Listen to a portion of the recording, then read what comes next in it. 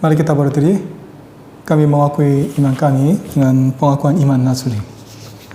Mari kita baca 1, 2, 3. Aku percaya kepada Allah, Bapa yang Maha Kuasa, Khalik langit dan bumi, dan kepada Yesus Kristus, Anaknya yang tunggal, Tuhan kita, yang dikandung dari Roh Kudus, lahir dari anak darah Maria, yang menderita sengsara di bawah pemerintahan Pontius Pilatus, disalibkan, mati dan dikuburkan, turun ke dalam kerajaan maut, pada hari yang ketiga bangkit pula dari antara orang mati, naik ke surga, duduk di sebelah kanan Allah, Bapa yang Maha Kuasa, dan dari sana Ia akan datang untuk menghakimi orang yang hidup dan yang mati. Aku percaya kepada Roh Kudus, gereja yang kudus dan am, persekutuan orang kudus, pengampunan dosa, kebangkitan tubuh, dan hidupnya kekal. Amin. When we walk with the Lord, when we walk with the Lord in the light of His word, what a glory He shed on our way. While we do His good will, He abide with us still, and with all who will trust and obey. Trust and obey, for there's no other way to be happy in Jesus, but to trust and obey. Not a shadow can rise, not a cloud in the sky, but His smile quickly drive it away. Not a doubt nor a fear, not a sign nor a fear, can abide while we trust and obey.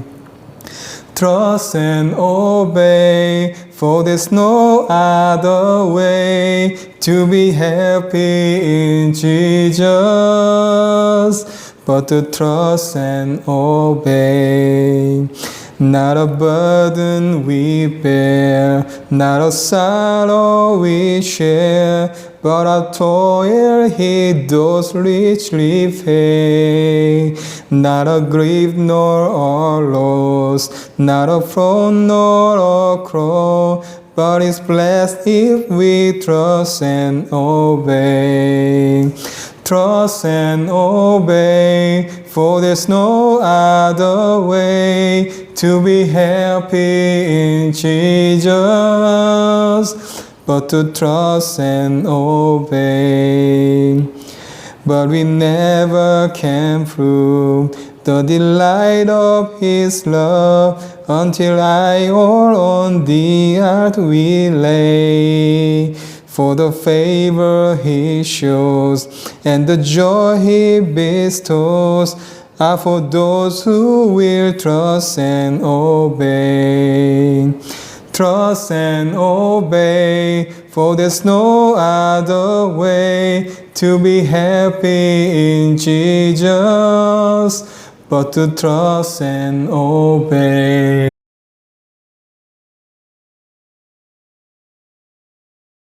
Mari kita berdoa. Saya berdoa dalam bahasa Korea. 주님 감사합니다. 하나님 오늘 저희가 예수 승천일 예배로 함께 모여서 예배드리게 하시며 주님을 감사합니다. 이 자리에 함께한 우리 블라트나 또 아공, 리아나 주님 함께해 주시고 예수 그리스도의 부활로 채워주시고 함께해 주셔서 아버지 정말 성령 충만하고 채워지기 원합니다. 이 코로나로 어려운 이런 상황 가운데 하나님 저희 건강 지켜주시고 영역간의 강건함 지켜주시길 원합니다. 하나님 또 저희가 하나님의 말씀 앞에 설 때 하나님 말씀을 깨달을 수 있도록 도와주시고 성령 충만함을 채워주시기 원합니다. 하나님 또 제가 말씀을 전할 때 저와도 함께 하셔서 성령 충만함을 채워주시고 아버지 정말 하나님의 마음을 그대로 전할 수 있는 목자가 될 수 있도록 붙들어 주시기 원합니다. 아버지 감사합니다. 이 모든 말씀 살아계신 우리 주 예수 그리스도 이름으로 기도드립니다. 아멘.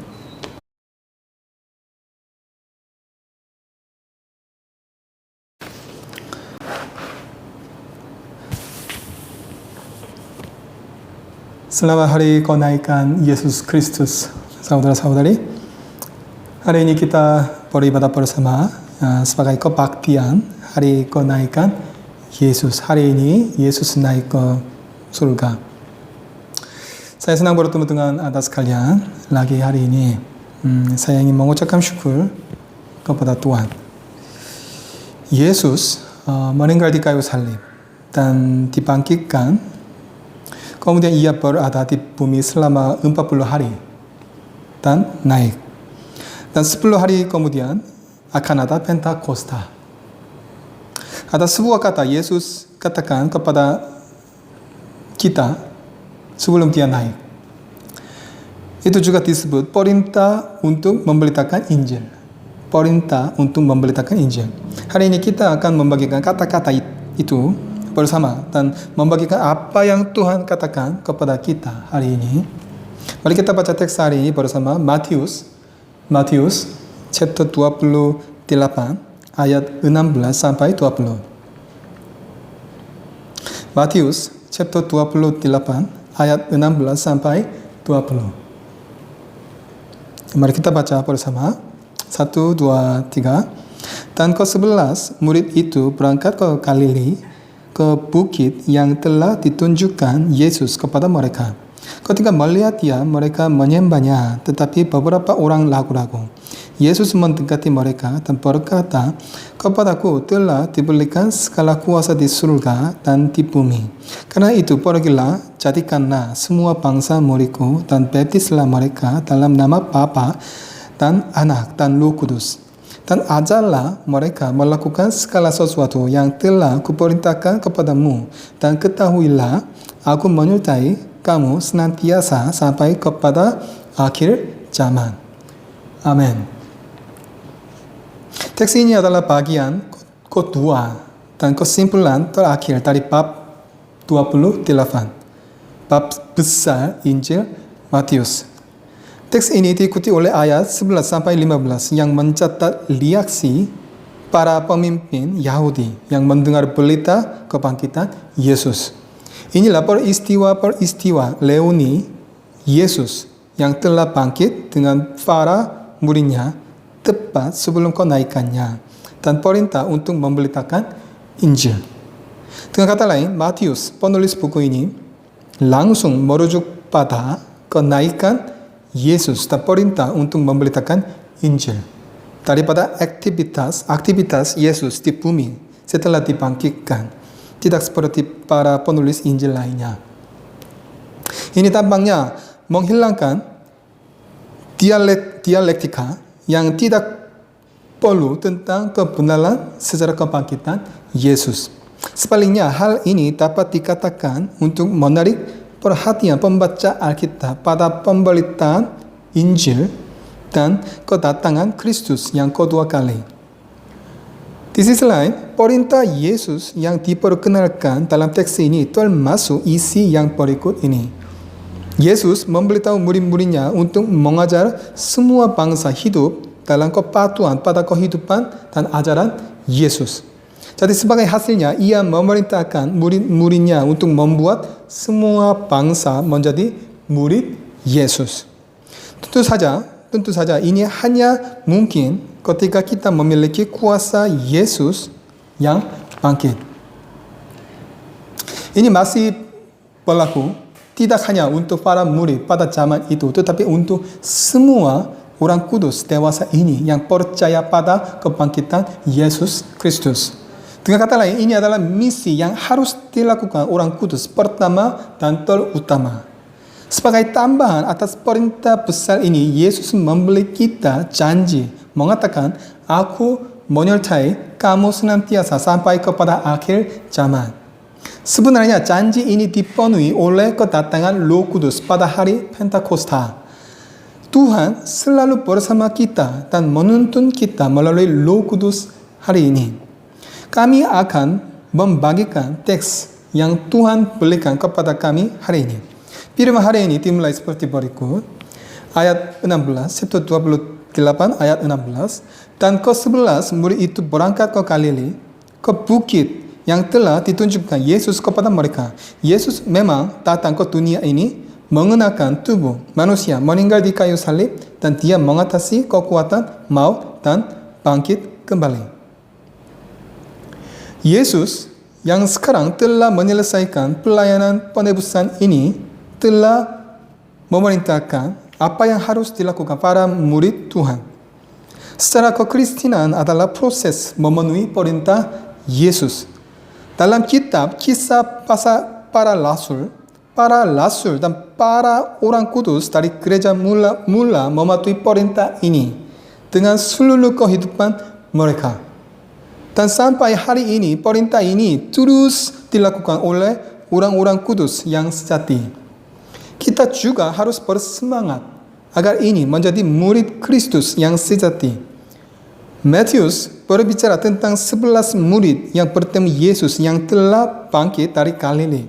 Tetapi banyak sarjana percaya bahwa tidak hanya ke 11 murid, tetapi juga 500 saudara yang disebutkan dalam 1 Korintus chapter 15 ayat 6 dimasukkan, bahkan jika itu benar bahwa 500 saudara dimasukkan di sini. Tampaknya Matius hanya merujuk kepada 11 murid untuk mewakili mereka dengan fokus pada 11 murid yang tidak ada Yudas Iskariot. Alkitab mengatakan ayat 17, ketika melihat mereka menyembahnya, tetapi beberapa orang lagu-lagu. Catatan dalam ayat ini mengandaikan bahwa tidak hanya ke-11 murid yang disebutkan dalam ayat 16, tetapi juga 500 saudara yang tercatat dalam 1 Korintus chapter 15 ayat 6 bertemu dengan Yesus yang telah bangkit. Dalam hal ini adalah pandangan yang meyakinkan bahwa keraguan dalam teks adalah beberapa dari 500 saudara. Di sisi lain, kata kerja yang digunakan dalam teks ini yang berarti lagu-lagu hanya digunakan lagi dalam teks chapter 14 ayat 31 melalui seluruh perjanjian baru. Pada chapter 14 ayat 31 ada adegan bahwa Yesus menegur Petrus yang jatuh ke dalam air karena takut. Kata kerja ini merujuk pada hanya keadaan kurangnya iman dan bukannya pada ketidakpercayaan yang mendasar. Ini juga benar dalam teks, sehingga dapat dilihat bahwa keraguan dalam teks tidak merujuk pada ketidakpercayaan mendasar, tetapi pada keadaan lagu-lagu. Yesus sudah meninggal di kayu salib. Ia telah dibangkitkan. Sekarang sebelum kenaikan ke surga, dia akan naik. Ada yang masih orang yang ragu-ragu. Bukankah itu seperti milik kita? Ayat 18, Alkitab mengatakan, Yesus mendekati mereka dan berkata, kepadaku telah diberikan segala kuasa di surga dan di bumi. Otoritas yang secara khusus ditunjukkan dalam teks berarti otoritas sebagai perantara. Ungkapan asli dalam teks menunjukkan bahwa semua kuasa langit dan bumi bukan dari Yesus sendiri, tetapi dari Allah Bapa. Jika demikian muncul pertanyaan, Yesus tidak memiliki otoritas atas langit dan bumi di masa lalu? Dari kesimpulan, Yesus Kristus yaitu Son of God adalah Tuhan yang asli dan pencipta segala sesuatu dan ia memiliki semua otoritas. Namun demikian, uraian tentang semua kuasa langit dan bumi seperti yang diberikan oleh Allah dalam teks ini sangat terkait dengan inkarnasi Yesus Kristus. Dengan kata lain, Yesus pada mulanya adalah anak Allah, yaitu Son of God, yang memiliki otoritas yang sama dengan Allah Bapa, tetapi ia datang ke bumi dalam bentuk manusia sesuai dengan rencana penebusan manusia oleh Allah. Dan dia telah mengesampingkan kekuatan dia sampai ia menyelesaikan pelayanan, penebusan, dan bangkit kembali. Tentu saja di bumi ini Yesus juga menunjukkan kuasa untuk menyelamatkan orang yang meninggal, menyembuhkan yang sakit, dan mengendalikan alami dan spiritual. Tetapi kekuatan seperti itu sangat terbatas dibandingkan dengan kekuatan Kristus ilahi. Tetapi sekarang Yesus akhirnya menyelesaikan pekerjaan penebusan melalui tebusan salib dan bangkit dari kematian. Dan dia memulihkannya setelah menerima kekuatan asli yang telah dipercayakan kepada Tuhan untuk sementara waktu. Dan dalam pengertian itu, Yesus berkata dalam teks bahwa Tuhan memberi dia semua kuasa langit dan bumi. Ada alasan penting lainnya untuk mengapa Yesus katakan seperti ini. Yesus menjadi perantara sempurna antara manusia dan Allah dengan mempersembahkan tubuhnya sebagai korban tebusan. Dan sebagai hadiah untuk ini Yesus menerima kuasa keselamatan dan penghakiman dari Allah Bapa. Tentu saja bahkan sebelum inkarnasi Kristus sudah memiliki kuasa keselamatan dan penghakiman. Namun setelah pelayanan penebusan dan kebangkitan, Bapa memutuskan untuk menggunakan kuasa keselamatan dan penghakiman hanya melalui Yesus Christ yang menyelesaikan pelayanan penebusan. Dengan demikian, kuasa yang dimiliki Kristus setelah kebangkitan berbeda dari kekuatan sebelum inkarnasi. Tidak peduli seperti apa penampilan kita, apakah kita sudah laku? Dalam situasi apapun, Yesus telah melakukan segalanya dan memiliki kuasa ini. Alkitab mengatakan ayat 19, karena itu pergilah, jadikanlah semua bangsa muridku dan baptislah mereka dalam nama Bapa dan Anak dan Roh Kudus. Perintah dari ayat 19 dan 20 didasarkan pada fakta bahwa ayat 18, Tuhan memberi saya semua otoritas di surga dan di bumi.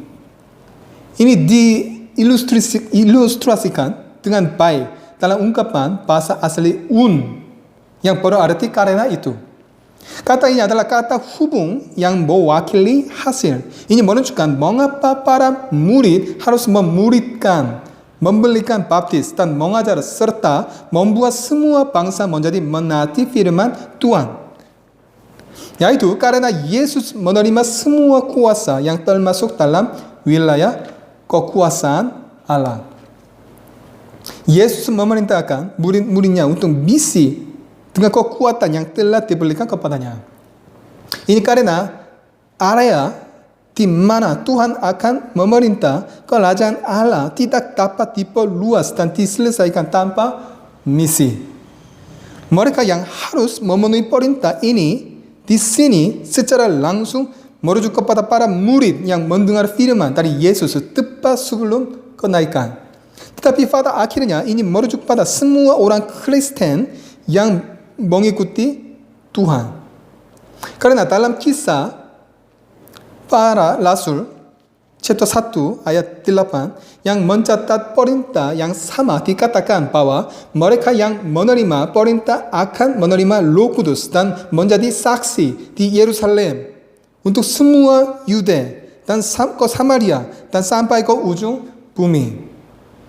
Dengan kata lain, para murid yang mendengar perintah Yesus secara langsung tidak bisa mencapai ujung bumi.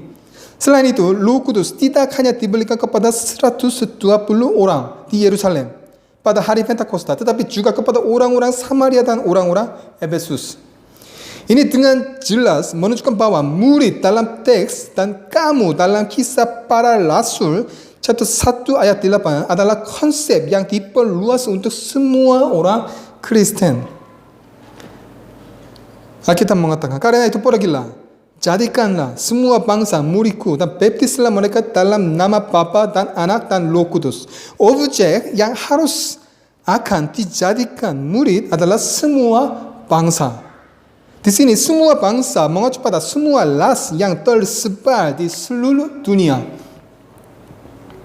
Ketika Anda melihat ungkapan dalam Alkitab yang asli memuridkan, terdiri dari pergi, memberi baptisan, dan mengajar.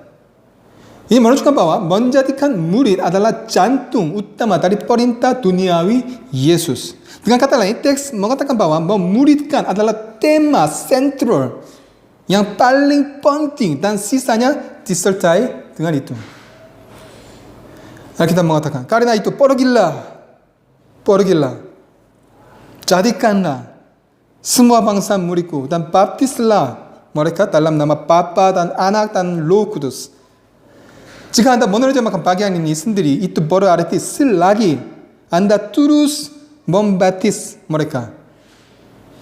Di sini mereka merujuk kepada mereka yang telah mendengar Injil dan telah datang kepada Tuhan dari antara semua bangsa. Selain itu, kata kerja yang digunakan untuk berarti membaptis dalam teks ini digunakan dalam bentuk yang sekarang. Dalam hal ini, teks menunjukkan bahwa baptisan harus dilanjutkan tanpa henti. Tentu saja ini tidak berarti bahwa itu diberikan baru ulang kali kepada seseorang. Bukan, tetapi harus dilakukan kepada orang lain. Dengan kata lain, Alkitab yang asli menunjukkan bahwa memuridkan dilakukan melalui proses baptisan tanpa henti. Dengan kata lain, baptisan di sini adalah cara untuk memuridkan. Ketika Anda melihat kata kerja membaptis dalam bahasa aslinya pada dasarnya berarti berendam dalam air. Kata kerjanya juga digunakan pada acara pembersihan Yahudi yang berarti mencuci.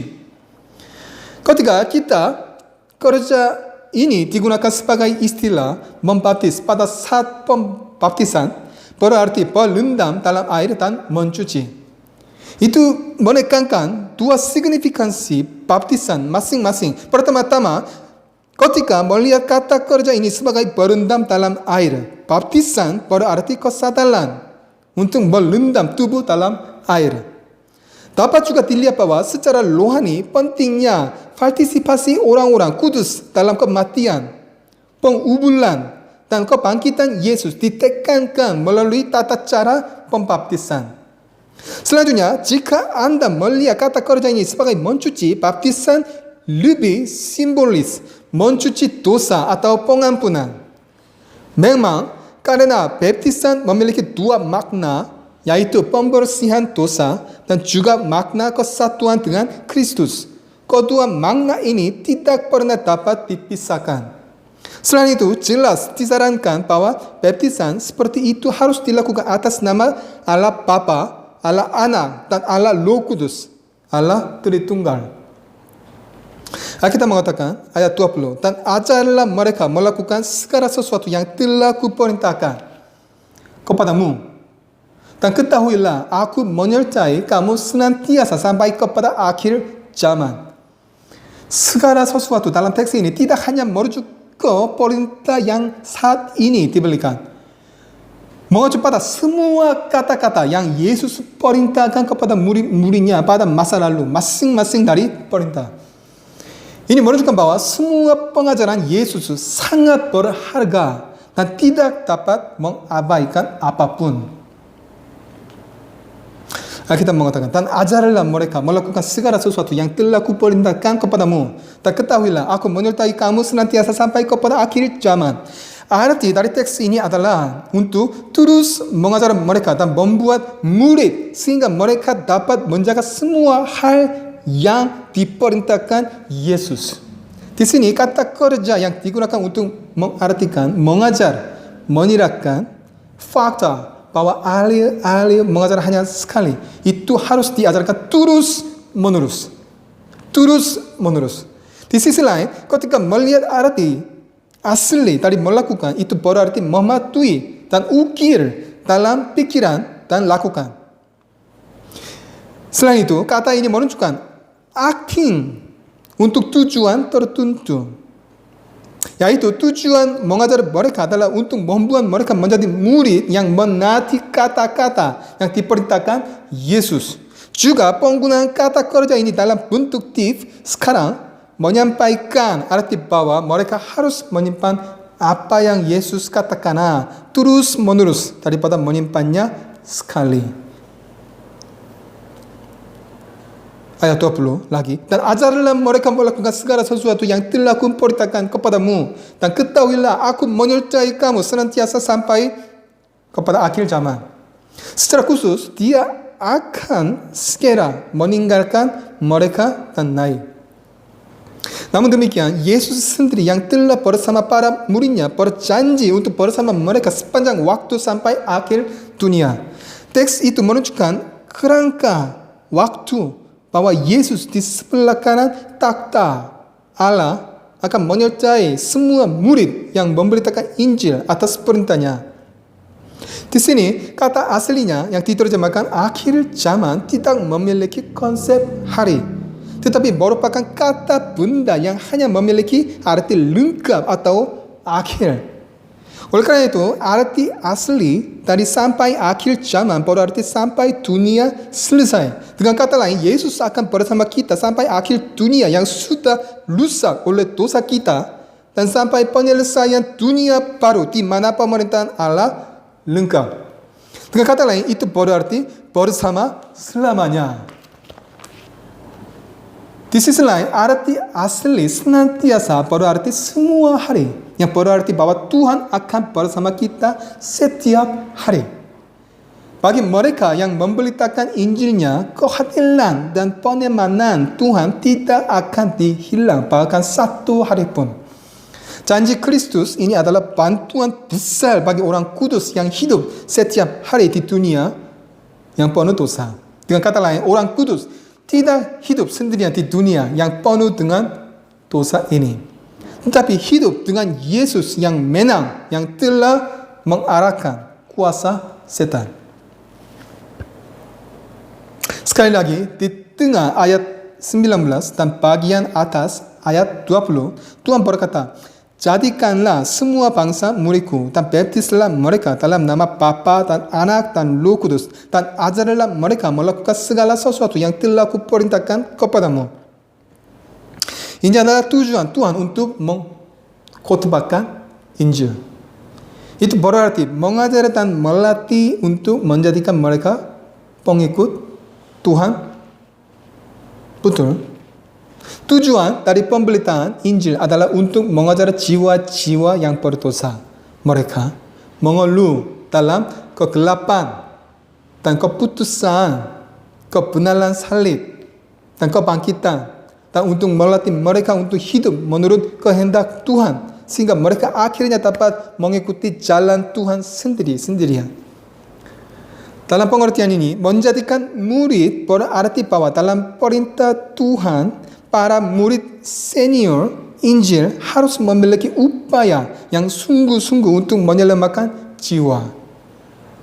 Juga tersirat bahwa harus ada upaya yang tak berkesudahan dan berdarah untuk membuat jiwa menjadi murid kedewasaan lainnya. Dalam pengertian ini, pemberitaan Injil berarti bahwa bukan hanya meneriakkan firman.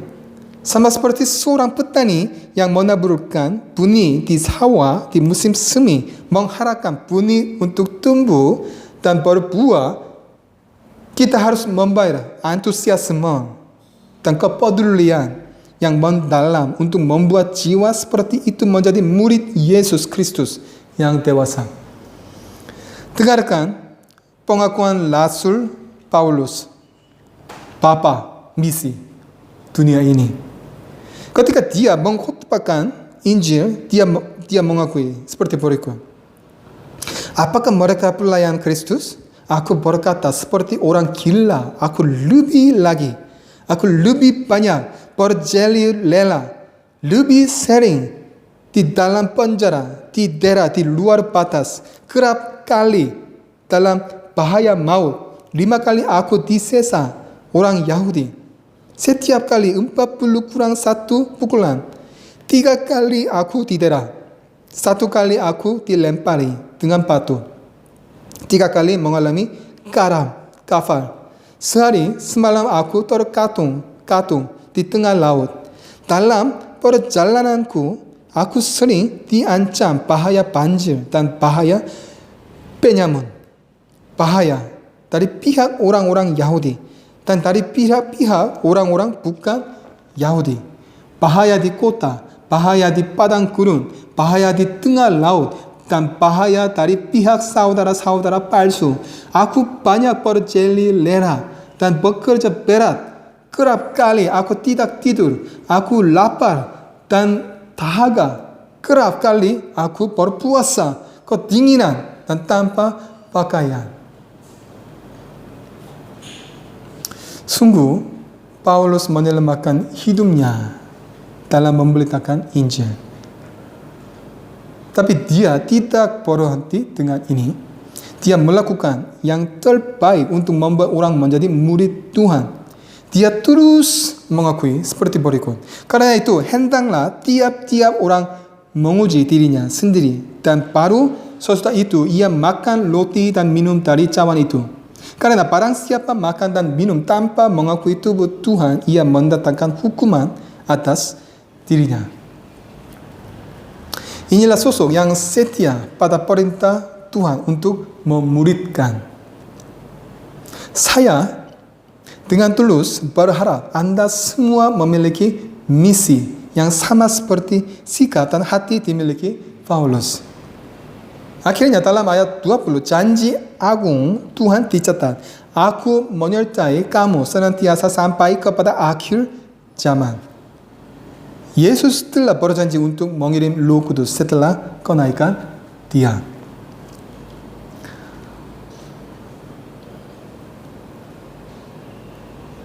Yaitu Roh kebenaran, dunia tidak dapat menerima Dia, sebab dunia tidak melihat Dia dan tidak mengenal Dia. Tetapi kamu mengenal Dia, sebab Ia menyertai kamu dan akan diam di dalam kamu. Aku tidak akan meninggalkan kamu sebagai yatim piatu. Aku datang kembali kepadamu. Apa yang Dia bicarakan? Itu berarti bahwa Yesus akan bersama kita selamanya melalui Roh Kudus. Seperti yang Dia katakan, Yesus mengirim Roh Kudus pada hari Pentakosta. Karena itu Roh Kudus telah menyertai semua orang percaya di dalam Yesus sejak saat itu. Karena itu tolong percaya bahwa Roh Kristus ada bersama kita. Keyakinan ini adalah standar, motif, dan tujuan tindakan kita. Karena Tuhan bersama kita, kita dapat melakukan apa yang Dia mau. Karena Tuhan menyertai saya dapat melakukan bagian saya tanpa berkecil hati apapun yang terjadi. Karena kami percaya bahwa Tuhan memperhatikan kami memilih yang baik tanpa melakukan kejahatan. Karena Tuhan memperhatikan saya mungkin tidak takut bahkan melalui lembah kematian yang suram. Brother and sister terkasih, percayalah bahwa Tuhan ada di dalam Anda. Tuhan ada di dalam saya. Tuhan ada di dalam kita. Dan di sisi Anda, sisi saya. Itulah rahasia yang menuntun Anda dan saya ke jalan kebenaran. Dan kebenaran serta jalan iman ke surga. Itu juga merupakan kunci untuk memberikan Injil yang berani. Brother dan sister terkasih, Tuhan mengarahkan kuasa maut dari setan dan kuasa dosa dan menang di atas salib. Sebagai raja dari semua raja, ia masih menjadi kepala gereja, memimpin sejarah manusia, dan memerintah sebagai penguasa yang menentukan kehidupan dan kematian manusia. Betapa bersyukurnya kita bahwa Tuhan ini berjanji untuk bersama kita sepanjang waktu. Kita harus percaya pada janji-janji Tuhan dan memenuhi misi kita untuk memberitakan Injil. Jadi kita harus memiliki sesuatu untuk dibanggakan kepada Tuhan di hadapan Tuhan. Amin. Amin. Saya berdoa. Mari kita berdoa. saya berdoa dalam bahasa Korea. 주님 감사합니다. 하나님 오늘 예수 승천일에 이렇게 모여서 또 함께 예배드리게 하심에 주님 너무 감사합니다. 아버지 오늘 말씀하여 주셨습니다. 저희에게 명령하여 주셨습니다. 주님이 주신 명령을 잘 지키고 또 주님이 우리 함께 하신다고 약속하셨으니 아버지 저희가 이것을 잊지 않고 주님과 동행하며 또 주님이 명하신 것을 주님 오신 날까지 끝까지 지킬 수 있도록 붙들어 주시기 바랍니다. 저희 한 사람 한 사람 지켜주시길 원합니다. 아버지 감사합니다. 늘 함께 하시면 감사합니다. 이 모든 말씀 사랑해주신 우리 주 예수 그리스도의 이름으로 기도드립니다. 아멘. Ya, pengumuman. Ya, virus corona itu masih serius. Ya. Karena virus corona untuk saat ini kami beribadah melalui YouTube ya, seperti ini. Berdoalah agar dunia dan khususnya Indonesia pulih dengan cepat. Tolong jangan lupa waktu doa setiap hari jam 9 malam. Kita akan berdoa sampai virus corona selesai di Indonesia. Ya, tutorial bahasa Korea berlanjut, terus berlanjut. Sekarang dengan baik. Ya, saya berharap semua Anda ya, partisipasi ya, kelas bahasa Korea. Terima kasih. Ya.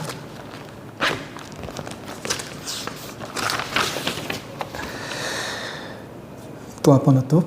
Ya. Murid-murid Yesus bertanya kepada Yesus, bagaimana kami bisa berdoa? Yesus jawab, kamu harus berdoa sama dengan ini. Ini adalah doa Bapa kami. Jadi kami harus berdoa sama dengan doa Bapa kami. Ya. Mari kita berdoa doa Bapa kami 1, 2, 3. Karena itu berdoalah demikian, Bapa kami yang di surga, dikuduskanlah namamu, datanglah kerajaanmu, jadilah kehendakmu di bumi seperti di surga. Berikanlah kami pada hari ini makanan kami yang secukupnya, dan ampunilah kami yang kesalahan kami, seperti kami juga mengampuni orang yang bersalah kepada kami. Dan janganlah membawa kami ke dalam pencobaan, tetapi lepaskanlah kami daripada yang jahat.